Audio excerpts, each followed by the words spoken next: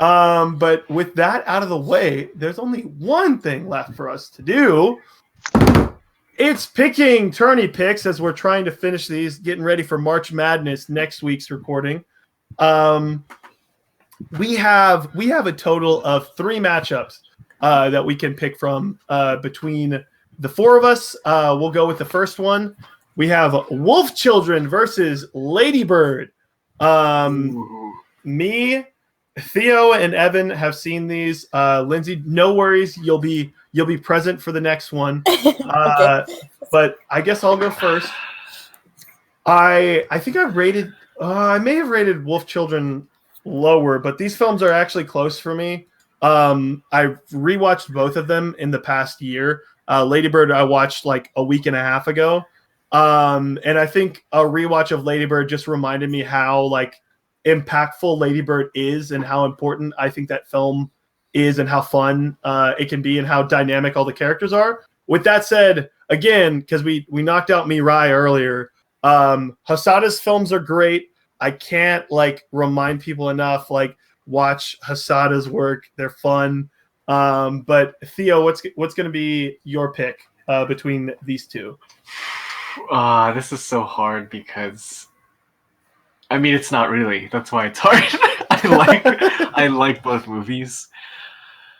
I just feel like I just think Lady Bird to me, based on what I've seen, which admittedly is not too much, it's the best coming of age movie I've seen so far. For me. And I just is hard to compare other movies to it. So I'd have to pick Lady Bird. Yeah, Evan, what would you have picked? Obviously, Evan is the one that brought in Wolf Children. Well, yeah. But you also love Lady Bird. Lady Bird, I thought should have won Best Picture for the year it was nominated, 2017, I think. But besides that, I did. Wolf Children is one of my like top 5 favorite movies of all time. Ooh, okay. I haven't seen it in a couple months, but I don't know. I think that's one of the most interesting coming of age stories I've ever seen because it kind of shows this like shift that's not really shown in movies too often, where they kind of change personality types mid-movie as you watch them. And unlike a lot of growing of age movies, you see them from when they're children all the way to well, I guess they're still children by the end, but they're grow, like teens. Yeah, young but they teens. grow years and years, and you really get to see how they change over time in a very specific experience that maybe some people don't connect to, but I love it. I think it's a really calm movie. I love the animation. I just really find it entertaining. So yeah, I'm definitely picking Wolf Children. Nice. So Lady Bird is the pick, begrudgingly from Evan. Honestly, major respect though, because I have a lot of admiration for oddball picks. For sure. Yeah. So yeah, I respect that a lot. We're speaking to the long day's journey into night. Yeah. and I'm the one who argued against the oddball picks, but it's mine, so Evan was like no oddball picks, but also I put in Wolf Children and Cloud Atlas. Which, it's just how it's sorted out. People need to know. Yeah. With that said, we're moving on to the next one. Lindsay, you're in. Tag team, tag out Theo. We got Get Out, the Jordan Peele directorial debut, versus Creed by Ryan Coogler, his sophomore debut as a director. Lindsay, I'll let you go first. What is the pick of these two colossal giants? Also, as I mentioned, I forget when we talked about the tourney shaking out. I did this strictly on Letterboxd rankings, and I really hate that we're having Jordan Peele versus Ryan Coogler because I think these two films could win a lot of the matchups just by themselves, and to pit them against each other this early on is crazy. But yeah, Lindsay, what's your pick? I love both of these movies so much. I have to go with Get Out, though. I think I think it made like a way bigger cultural impact, and especially with the horror genre. And it's just phenomenal as a debut. So yeah, I have to go with Get Out. Nice. All right, Evan, what is going to be your pick? I mean, this one, the hardest one I've had to pick so far. I think Creed is probably my favorite like boxing movie, but I don't know. I never went back to it. I haven't watched it again. I wish I had before I had to make this pick, but I'm gonna go with Get Out because I have seen that a couple times. Oh, nice. I've All seen right. it's very rewatchable. So yeah, Get Out's just a better. I'm not sure if it's a better movie, but it's definitely more entertaining. Gotcha. Just for the sake of putting it out there, I think I would have gone with Creed. There's just some. I've rewatched Creed actually 3 times. And Okay, maybe I should go back. No, well, you can check it out in your free time. But me and Evan have talked about this. I didn't have the best theater experience with Creed. The guy I went with, I don't think liked this sort of cliche-ness of the Rocky films. I don't think he'd seen any Rocky movies. And I think Creed really adapts the Rocky film into the real world really well, while also like understanding, it's okay to be a little bit goofy. And that's not any disservice to Get Out. I'm glad Get Out's still in the tourney. And I forget what it's going up against next, but it's one of those that when I was putting films together, it's like, oh, Get Out can go really far. But yeah, no, Get Out is the pick. So then the final one, Lindsay's out again. Tag team in Theo. We got, okay, I'm actually going to let, because I think I know which way this is going to go. I could be wrong with Theo and Evan's picks. I'm going to let Theo go first. We have Call Me By Your Name versus Silence. Silence done.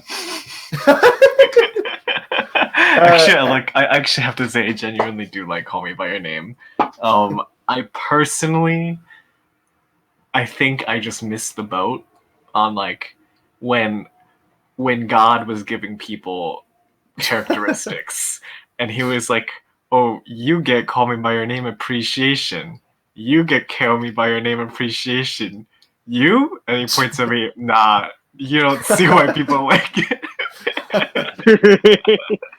And like, so I genuinely actually do enjoy the movie. I am just like, okay, so it's in the top 250, I guess. I guess that's pretty cool. I don't really see it, but interesting. And it's not a disservice to the movie. It's just one of those movies, you know what I mean? For sure. Yeah. So Silence to me is one that I just think is so, it feels like such a monumental film in the existential priest genre that just for that it should be lauded. Then I guess I'll let Evan go. I think he's in the same boat. Opposite of Theo. This is a pretty easy pick for you, right, Evan? Okay, totally yeah, fair. I think they're both very well-made movies.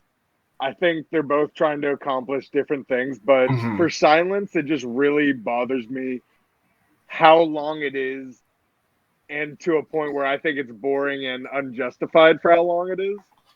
Because I think they mainly try to ram in the same point for like 2 hours in the middle. It just didn't work for me. It just really didn't excite me much. But I can recognize if someone thought it was a masterpiece, because I don't have much like strict things to say bad about the movie besides just I just didn't find it interesting, but that could be personal. And Call Me By Your Name, I just really won me over more. For sure. So this is where things get difficult, because I thought Silence and Call Me By Your Name came out in the same year. They did not. One in 2016, the other in 2017. I've given them the same rating. I feel like I've said this like 3 times now, so maybe I'm just a coward. But I feel like this might be like the hardest pick. Mostly because I don't have like a decider between the two. Just because I think the direction in both is phenomenal. They both have stingers of endings that just stick with me and really like resonate in my mind. Like, oh, hey, this film's important. And I really wish I would have gone back and watched these two. I've been so busy this week. These are ones that I wish I could have re-seen. Man, God, why do we pick movies?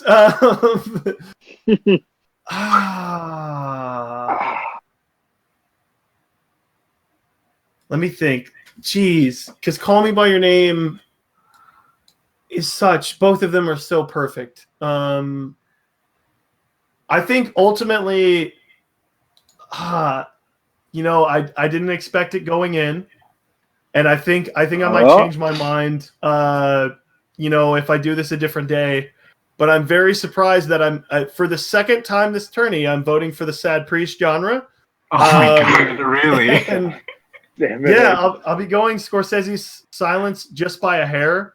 And I think what it comes down to, stupidly, because these films are like neck and neck for me, like literally equal for me. It mostly comes down to like people don't appreciate Silence enough, unfortunately. And even what Evan's saying, if people find it boring, I think that's fair. I just want people to see Silence, so that way I know, like, oh, hey, a large majority of people like don't think it's the master. Like, that would be fine with me as long as more people see it. But man, just for reference, 2016 banger of a year. I have 4 films ahead of Silence, and they Call Me by Your Name is number 1 of that year for me. So just to show how great that year was for me, but. Anyway, Silence is going to be my pick. So we got the Goon Squad of directors coming in with Greta Gerwig, Jordan Peele, and Martin Scorsese. I got you. The real who's, if you will. Can I just say, I haven't seen Silence, but I also pick Silence. Lindsay's not I won't take this Call Me by Your Name slander. Sorry. No, it's fair. But yeah, I think that about does it. If y'all, I haven't actually been watching that many things, so if y'all want to do recommends for the week, we can. But I really don't have anything besides I was listening to New Jabez on a car ride, and turns out his music's still fire. So listen to New Jabez if you want. Evan, do you have any recommends for the week? Righteous Gemstones I finally got around to watching. Pretty strange. Very Danny McBride. So if you like his other shows, it's very well made, pretty entertaining. But yeah, do know they're all strange bad people in a show about evangelical televangelists. Yeah, no, I've been meaning to check that out. So nice. Lindsay, do you have something by chance? Yeah, I recommend watching Dua Lipa's Let's Get Physical workout video on repeat all day, because that's what I've been doing the past 3 days. Nice. Theo, what is your recommend for the week? That's a good question. Is it Onward, your least favorite Pixar movie? Well, I definitely think that is a good movie. I think. What's up? No, you're fine. So I'd like to champion a movie that I just saw that I was really excited to see, called Beyond Skyline. Oh my God. And it is a sequel that came after the original Skyline, 7 years after its first movie. And so the original Skyline was a total bomb. It's just a bad movie. I thought it was kind of funny myself, but it's just a bad movie. But Beyond Skyline is the rare direct-to-video sequel that's actually far better than the original. And part of that is because whereas the first movie just had a bunch of no-name actors and just really, it's one of those sci-fi plots that you're like, oh, this is so cool. And then when you actually watch it, it's like, oh, so they're just like in a hotel like the entire movie. You know what I mean? Like, it's just like, oh, okay, cool. So it's like they're in a room and there's special effects. It's one of those sci-fi movies. Beyond Skyline is kind of a weird action adventure movie starring Frank Grillo and Iko Uwais. Oh, really? Yes, one of the guys from the raid. Yes, yeah. And Awesome. actually, there's another person from the raid too, he's the final boss in the raid, who's also in this movie, and it also stars the maid, the maid character in Get Out, Betty Gabriel. Really? What she's is this movie? Yes, so I recommend Beyond Skyline because the best review for it is it's basically like 3 different movies that happen all at once: an Independence Day invasion actioner with Frank Grillo, an Alien/War of the Worlds horror picture with brains casually ripped out of like 80% of the cast, and a martial arts resistance war movie with Indonesian stars of the raid. They're all eventually coalesces into 3 relentlessly entertaining and completely bonkers that is like an unironic take on the Two Brothers Rick and Morty bit, with like 50 premises happening at once. And the entire movie, I just kept thinking, what's going on? But this is amazing. And to top it all off, there's a Rush Hour style blooper reel at the end that just makes it a really good time. Yes. This is fascinating. So my recommendation is Beyond Skyline. You don't need to see the first one. The first, I would actually discourage people from seeing it because it's a bad movie. Going blindly to just watching Beyond Skyline. Yeah. All right, great. So that's going to wrap it up for this week. If you guys want to find us, you can do so on the Twitter at All That Film Pod. You can find us our website if you want to see how the tourney's shaking out, how round 2 is looking. You can do that at allthatfilmpodcast.wordpress.com. If you're listening on Apple or Spotify, you can find us on YouTube. We do a ton of different reviews for different things. I'm a little behind right now. We're going to be recording Emma pretty soon. Emma Talk. I'm going to be fighting Turtle over if period dramas deserve rights. So stick around for that.